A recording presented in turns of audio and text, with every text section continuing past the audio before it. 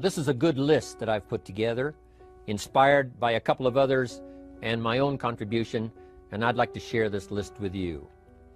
First, learning the power of purpose. A person who has purpose in their life, they have something to go for, some meaning. One writer described it, for some people it becomes a magnificent obsession. And for you and I, maybe it doesn't need to be that dramatic as a magnificent obsession. But it has to be something that does something to us, something that pulls us, especially into the future.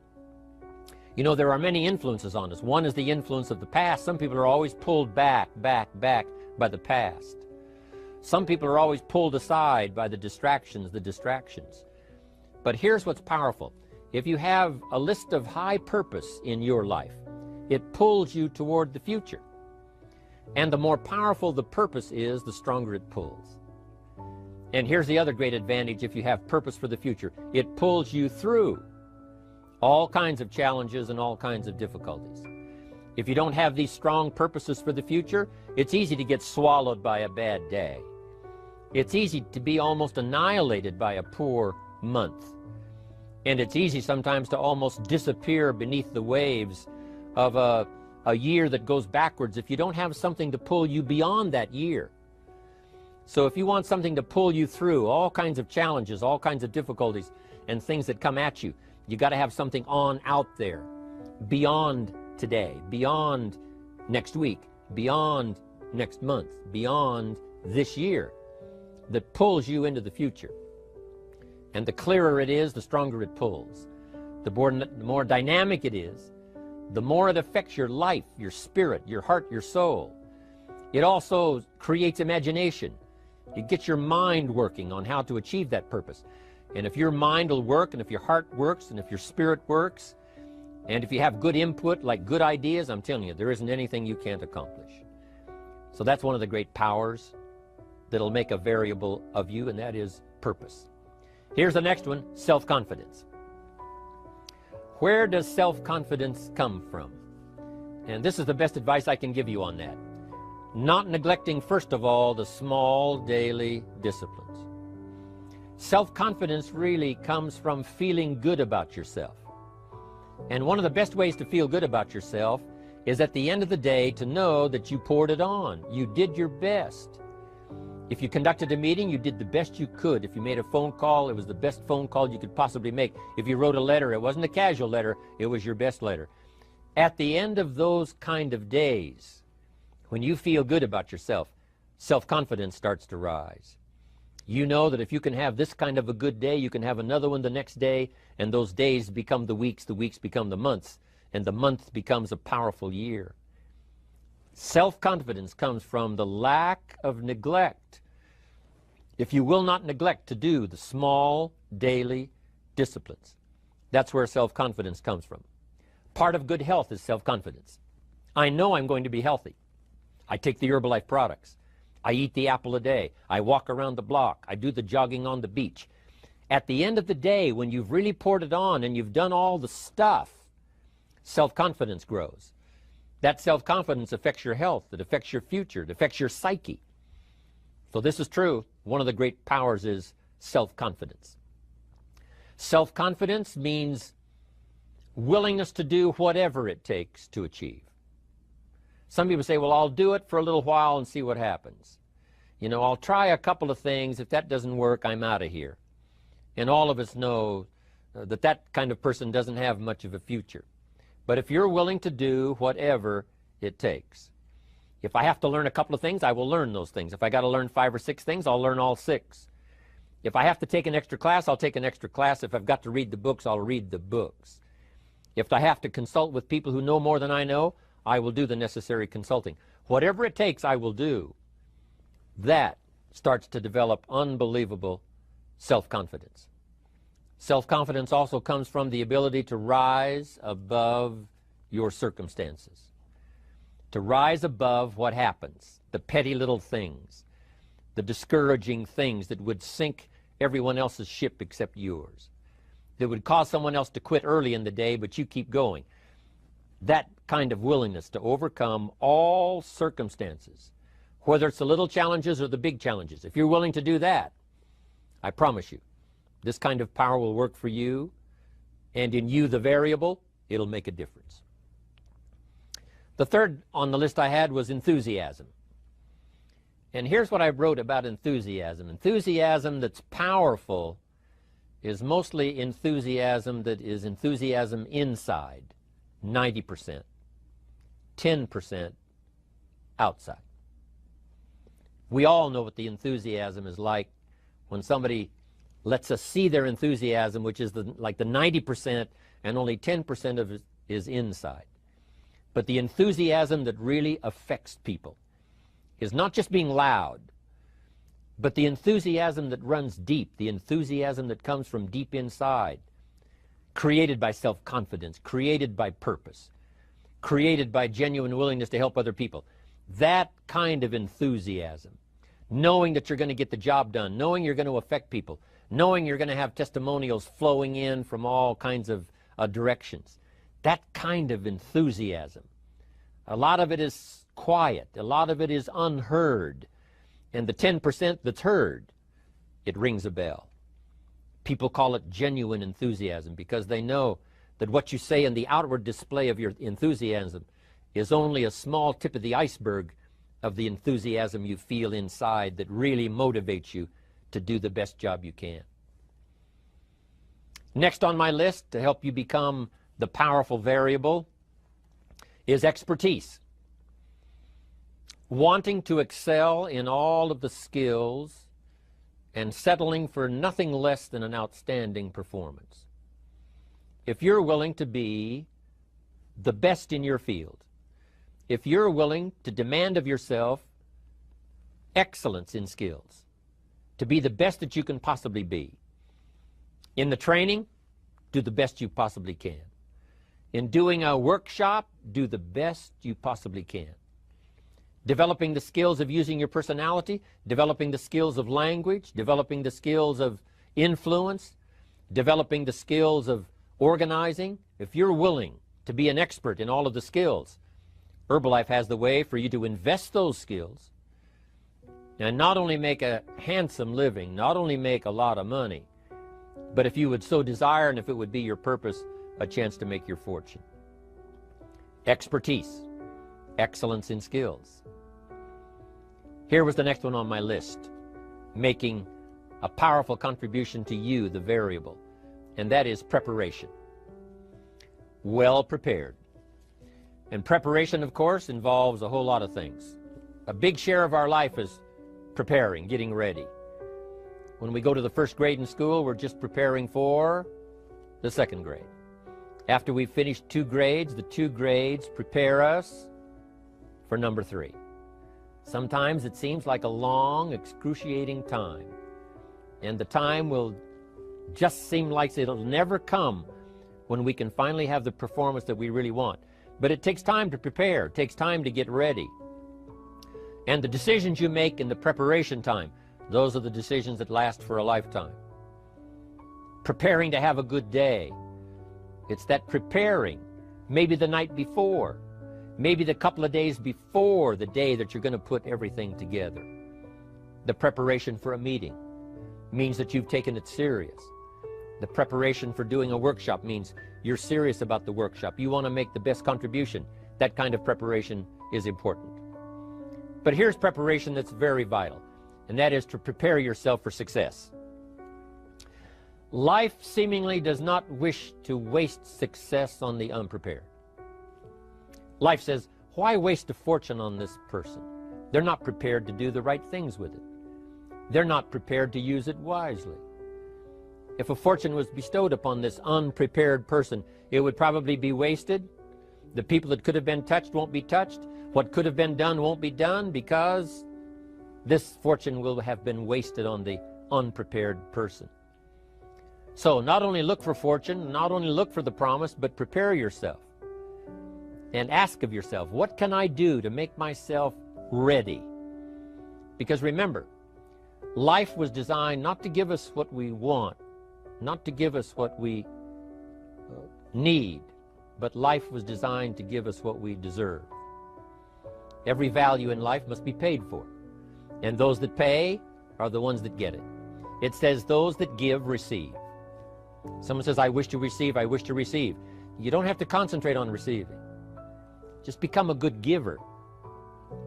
It says those that search will find. Someone says, well, I need to find some good ideas to help change my life for the future. Then to find good ideas, that doesn't come because you need them, it comes because you search for them. If you want good ideas, you got to go after them. You got to go to the class, you got to go to the workshop, you got to go to the training, go to the book, right? You got to go to the journal, right? Go where good ideas are being taught, go searching, go looking, because good ideas are not going to be wasted on those that are not seeking, searching, well prepared. So, prepare yourself to be ready for fortune when it comes, to be ready for challenge when it comes, to be ready for opportunity when it comes. Opportunity comes along and passes by the person that is not well prepared. I want to prepare myself this year for next year. Yes, I wish to be effective this year, but I'm also thinking of ways, how could I be better? How could my ideas be more powerful? How could they be sharper, more clear? How could I reach some people next year that I perhaps can't reach this year? I haven't reached deep enough into my own soul to affect some people. Some people just pass by and say, hey, what a good speech. But how could I make it stronger than that, deeper than that, more powerful than that? I cannot be as powerful as I could be next year. You know, you can't go to the 10th grade in the 5th grade. You just got to go through the grades. But the more you are prepared, when the 10th grade finally comes, now you can cash in and get 2 times, 3 times, 5 times more value from it by being prepared. I want to do my best this year for Herbalife, but I also want to get ready for next year, 1999.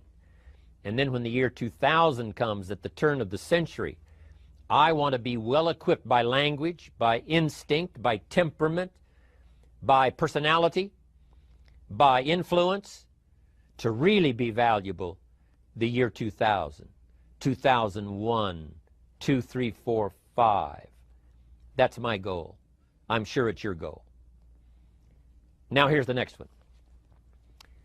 There's great power in self-reliance. Self-reliance means you simply look mostly to yourself. It would be nice if someone just gave you this, gave you this, gave you this. It would be nice if everyone did their job exactly as they're supposed to do it. But here's what you've got to do. Primarily rely on yourself. Primarily say, I'm the person responsible. And I will learn the necessary skills so that I can help people learn their skills. If I need lots of people to do certain things to build my organization, that is what I must have. But I've got to be the final backstop. I've got to be the final one that people can rely on. So that if this is missed and this is missed, I can catch up. I can fill the gap. I can do the job. We have to do it when we conduct meetings. We have to do it when we conduct training. We have to do it when we're in a class of just a few. What someone might have missed, we're there to fill in. Self-reliance.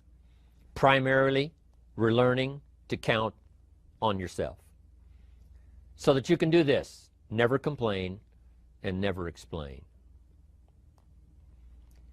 Here's the next key power, and that's image.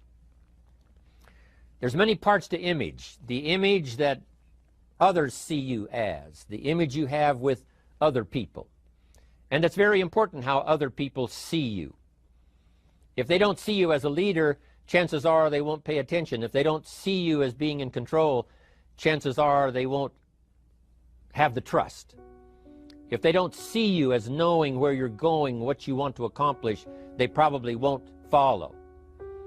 But if people can see you, if you have the image of someone that's in charge, in control of your life, your future, your destiny, in control of the situation, if they see that, that kind of image is powerful.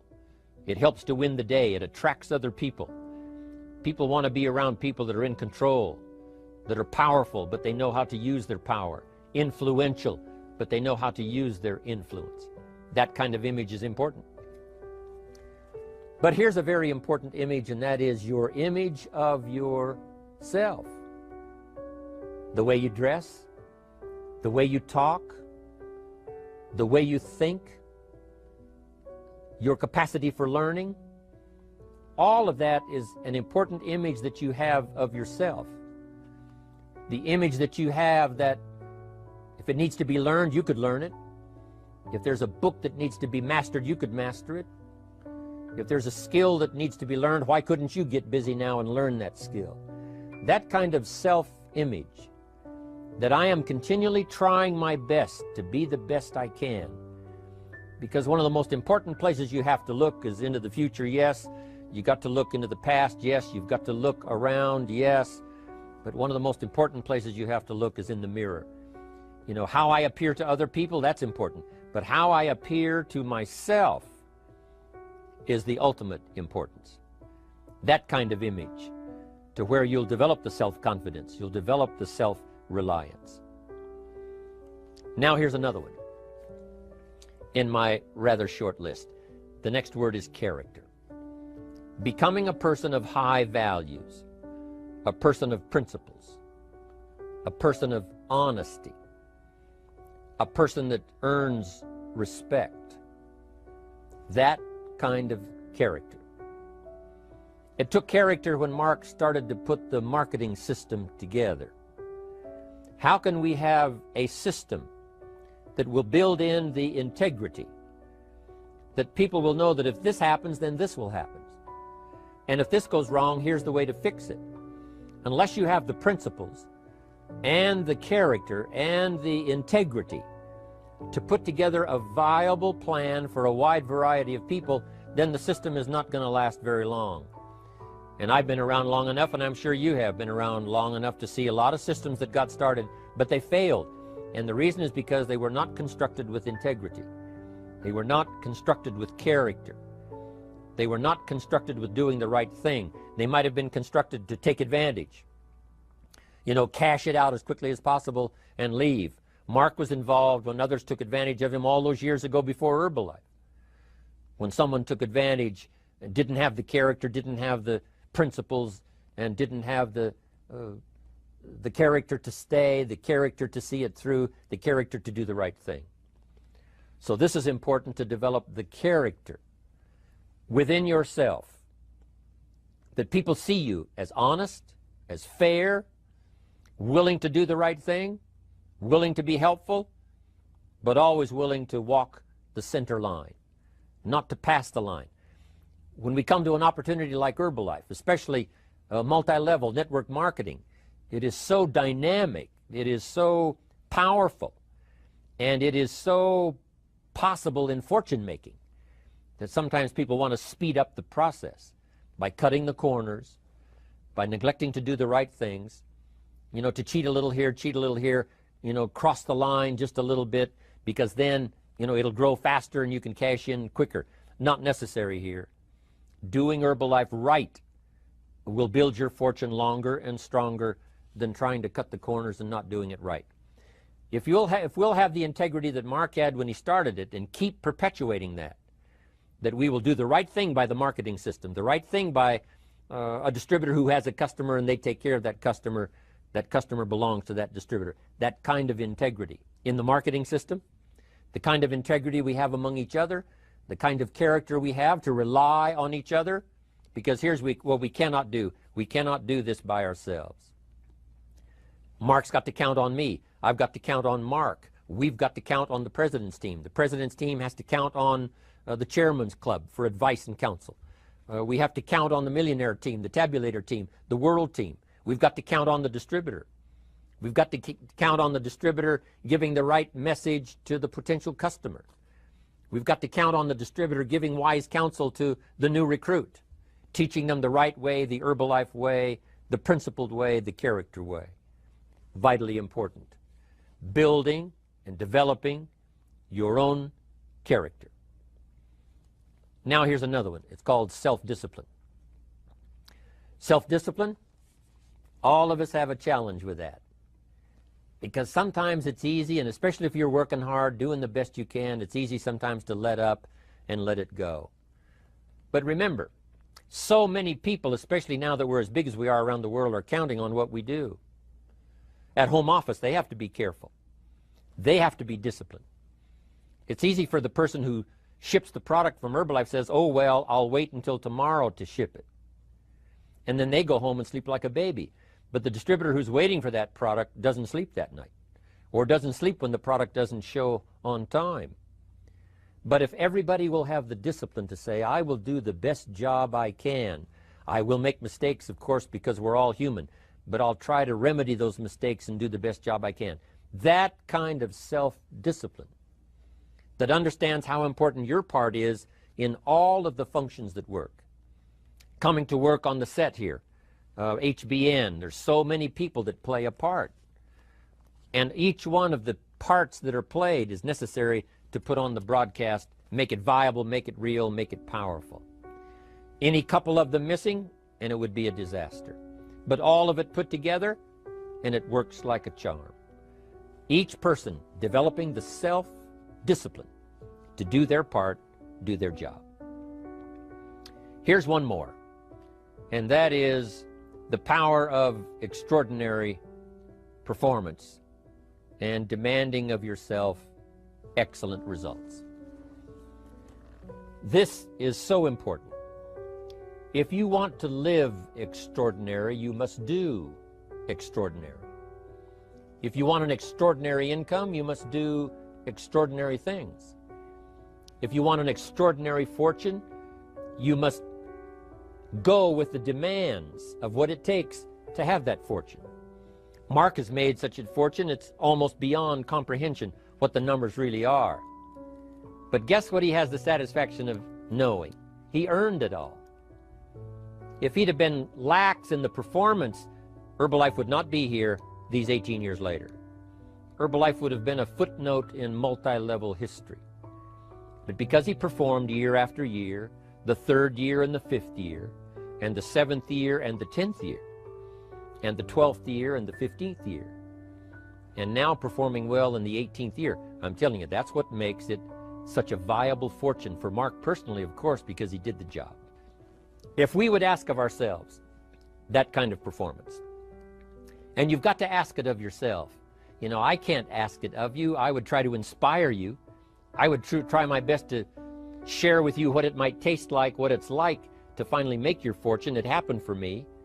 But here's what you must do. You must demand it of yourself. Society does not demand that you not have a heart attack. But if you want to escape having a heart attack, you must demand it of yourself.